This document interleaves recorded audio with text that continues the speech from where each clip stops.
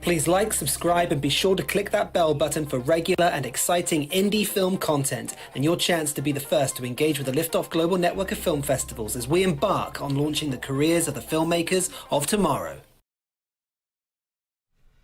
Hello everyone and welcome to today's stream. Today we are looking at the New York Liftoff Film Festival, and this is the final roundup we have for the audience choice before the films migrate into the network round. So as you all know, the festival has been running from the 4th of July and closes on Monday, the 1st of August. So if you haven't placed your votes yet, there is still time to get them in. And we've got the weekend ahead of us, so if you still want to catch some of the content, you've got plenty of time to do so. So yeah, we're now in the final week. It has absolutely flown by.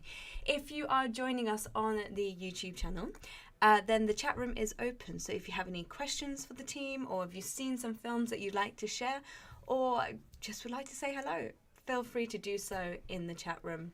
And if you're watching this retrospectively, you can comment below and we'll comment there later as well. Okay, so we are into the final 72 hours, I guess it is now, before the festival closes. So I think where would be a great place to start is how to place your votes. This trailer is also at the top of the Vimeo pages, so if you ever are in doubt, you can find it there as well, or come back to this video to watch how to vote. So just a reminder, you have to vote for 2 projects in order for your votes to count. This is how to do it. Our online festivals are designed to bring much-needed new eyes to true indie film.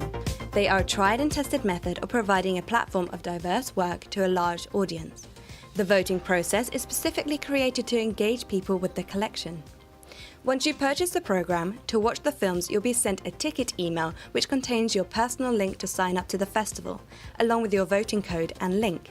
Before the festival closes, head to the email again to cast your vote.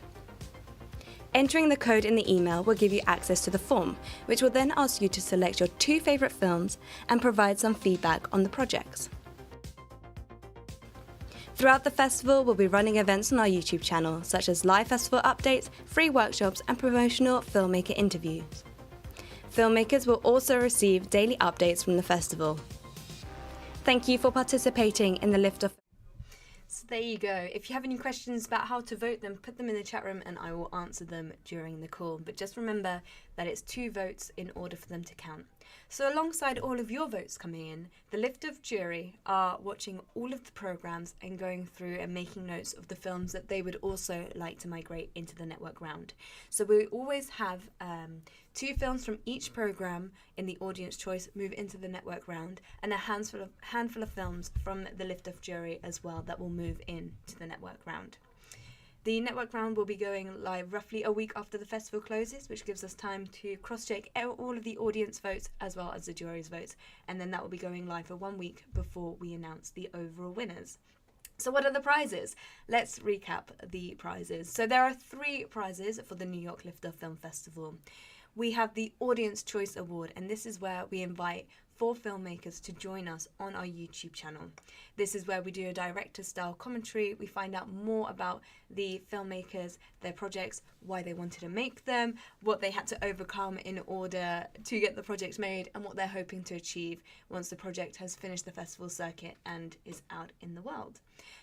This all happens whilst the film is screen muted in the background, so we get to visually see the film as well as speak directly with the director or writer or producer. These are absolutely fantastic. I thoroughly enjoy hosting them, and we always get a really strong audience behind the filmmakers. They are all on our YouTube channel for the previous ones that we've done, so if this sounds like something that you would be interested in watching, you can find them on our YouTube channel. So that's the Audience Choice Award. Then we also have the Season Award nominations. The Season Awards take place at Pimer Studios, and there are 14 different categories that range all the way from performances. So we look at Best Actor, Best Acting Ensemble, then we look at Director, we look at Best Short Film, Best Feature Film, Documentaries, Art Direction, a whole host of categories, 14 in total. And we usually nominate between 5 and 6 projects per category. So at the end of each festival, we nominate a handful of filmmakers for the opportunity to pick up one of these trophies. They're really quite heavy. They're 3D printed with the globe, with the lift-off logo going through them. So yes, there are 14 categories up for grabs, and we nominate a handful of films after each festival. But if you do not get nominated this time around, when the 12 Lift-Off City-based festivals have concluded, we look back across all of the films that took part live and took part online, and if we feel that it is appropriate, we will nominate those films and those filmmakers and invite them to join us here at Pinewood Studios. Then we also have the live screenings. So there will be a handful of films, usually between 3 or 4, that get a live screening at another Lift-Off Film Festival later on this year. So they are the 3 prizes. We have our Audience Choice, Season Award nominations, and also live screenings with the Lift-Off Global Network later this year, if not early next year. So we always like to hear from our winning filmmakers. So I've got 2 clips that I would like to share with you from our Toronto Lift-Off winning filmmakers. So here they are. Hi Liftoff, I'm Tyra Swain and my film Peanut has just won the award for Best First Time Film as part of the Toronto Liftoff Film Festival. Peanut is a story actually inspired by my own experience, so it means a lot to me that it's resonated with audiences everywhere. I'm currently working on another story inspired by true events, which is a 80s Australiana immigration love story based around my parents. If you want to see Peanut, it's actually finishing the festival run at the moment and will be uploaded online, so keep an eye out on the Peanut short film social pages. Thanks again.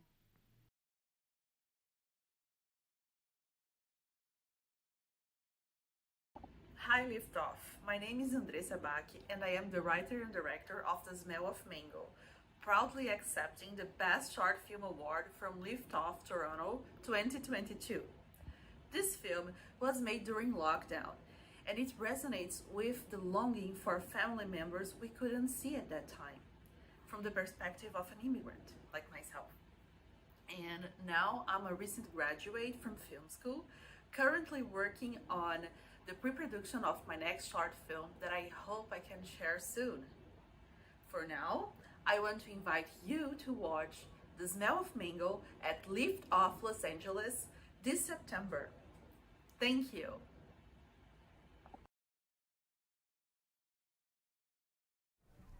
So there we have it, 2 wonderful filmmakers who picked up a Season Award nomination and also a live screening in Los Angeles.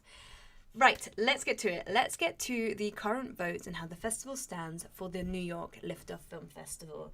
So we are going to start, as we always do, there we go, with the the Judges Select program. So let's take a look at the stats first. So currently we're on 808 playthroughs. 14 countries around the world are tuning in. We have an audience of 139 strong with 100 votes in, which means there's still 39 votes to come in. So things could change by the time the festival closes and we announce those network round films. So let's take a look at the first film. So Falling Up is on 24 votes and has managed to hold on to its pole position. So well done to Davis Cameron Chu from the USA. This is an animation experimental music video. So a college student struggles to accept his transition into adulthood, coping through various absurdist scenarios. Up next, we have Matthew, which is very closely behind on 18 votes. And this is directed by Tifron Dipolopoulos from the USA. And this is a drama, comedy, coming-of-age film. So a female artist in mourning balances life, friends, and her egotistical mother while trying to sell her work. So moving on to Trendsetters then. So Trendsetters is currently on 878 playthroughs. 18 countries around the world are currently tuning in.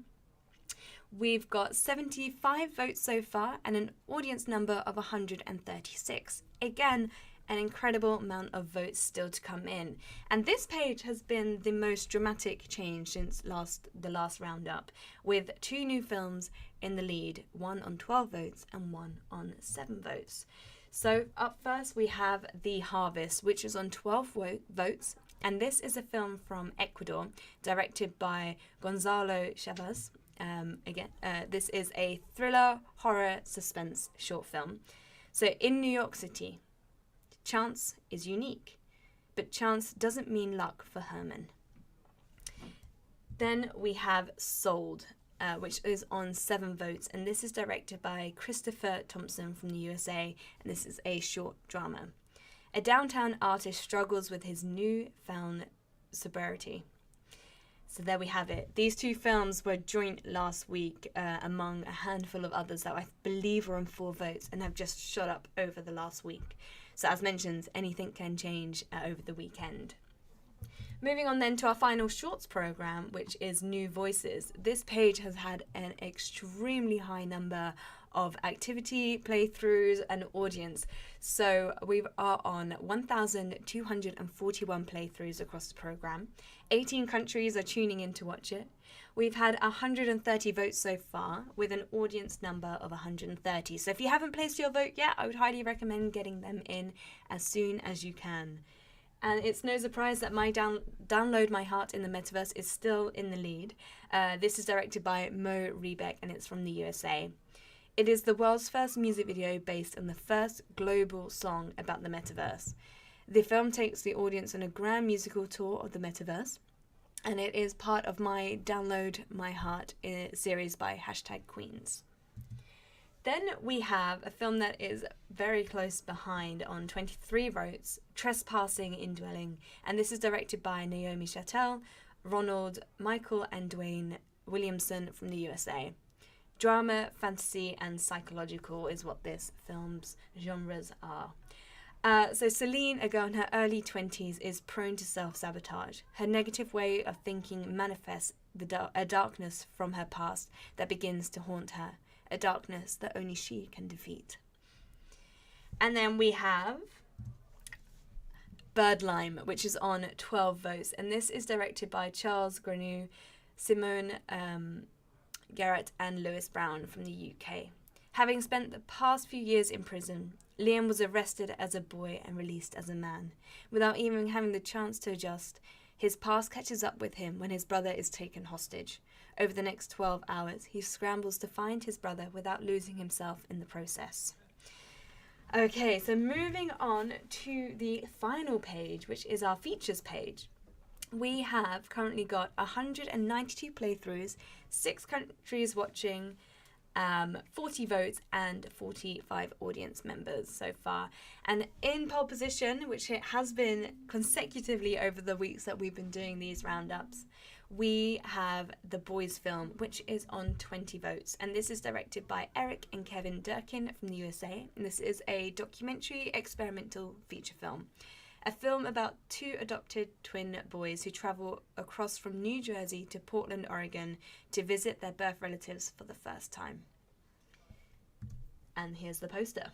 There it is. Then we have 3 films that are tied on 8 votes, and the first one is Crisis, and this is directed by James Hodge from the USA, and this is a drama psychological thriller. So a burnt-out crisis hotline counselor receives a plea for help from a psychopath tormented with an existential crisis. We then have Life, which is on 8 votes as well, directed by Marcel C. Walker. This is from the USA, and this is a documentary feature. A kaleidoscope of view of the 2020s uprising in New York City. Shot and assembled by first-time filmmaker Marcel C. Walker, Life explores joy as a form of resistance, as well as white photographers profiting from black pain. The final film we have, and a new one that is shot up through the ranks, is Bad Luck, and this is on 8 votes. This is directed by Jean-Louis Uzan from France, and this is a feature drama. This film was shot across a multitude of countries, including Argentina, Australia, Cambodia, Chile, Cuba, Hong Kong, Macau, Mexico, Sri Lanka, and the United States. A trip around the world could be anyone's dream, right? Except when one is a fugitive in the midst of an existential crisis. A schizophrenic Hollywood screenwriter who has seen too many movies is searching for murder. So there we have it. These are the films that are currently in the lead across all of the programs for the New York Liftoff Film Festival. I can see that there's been a bit of activity in the chat room, so I'm just going to have a quick look over there to see what is going on. So we've got Anna, who's posting, worthy, curious themes, gifted authors. It's breathtaking just to follow plots, programs and monologues. 100% agree. And she also says, I offer poetic plots of symbolic lyrics who appoint new dimensions for the artistic being. We overcome inner conflicts of poets with their intricate stories inquisitively offered by the script. Thank you, Anna, for sharing some of your thoughts in the chat room there.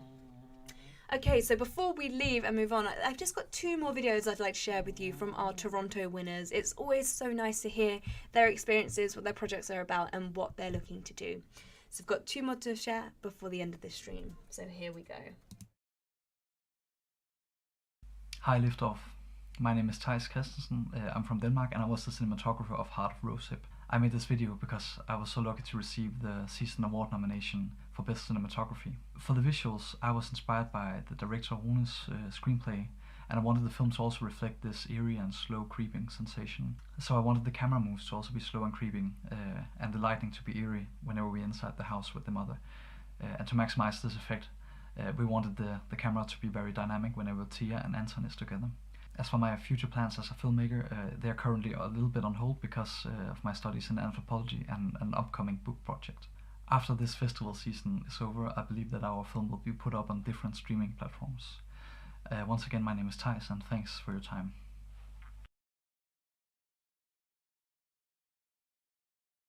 Hi Liftoff, my name is Laura Denmar and my film Echo has just won the Audience Choice Awards at the Toronto Liftoff Film Festival. Thank you so much for having me. Echo is a narrative-driven drama that explores the cyclical nature of abuse and attempts to demonstrate the ways in which violence in particular manifests and echoes throughout generations unless the cycle is severed at some point.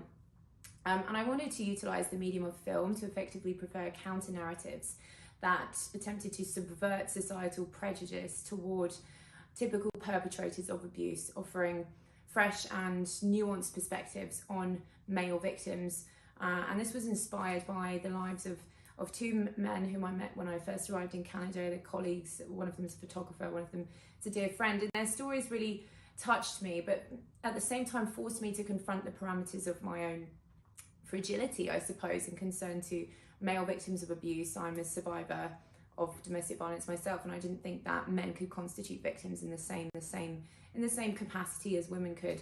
So I similarly wanted to interrogate this through film and challenge an audience's unconscious biases in the same strain. I'm currently working with Eke House Media Productions on a horror film to be shot in late August, and I'm currently working on a documentary series entitled Roots with Indigenous communities in Toronto that looks at interrogating ways in which settlers and Indigenous communities can work together to foster healthier relationships toward the pursuit of investigating reconciliation within Canada. It seeks to amplify the voices of Indigenous peoples. This was originally written for stage and I've now translated it over to film to really put a lens on Indigenous perspectives, because at the end of the day, those are the voices we should be amplifying. So there we have it. Thank you so much for joining us on today's stream. Remember to get your votes in before the festival closes on Monday night, the 1st of August. We'll be back in a couple of weeks with the network round. Until then, have a wonderful time. Bye-bye.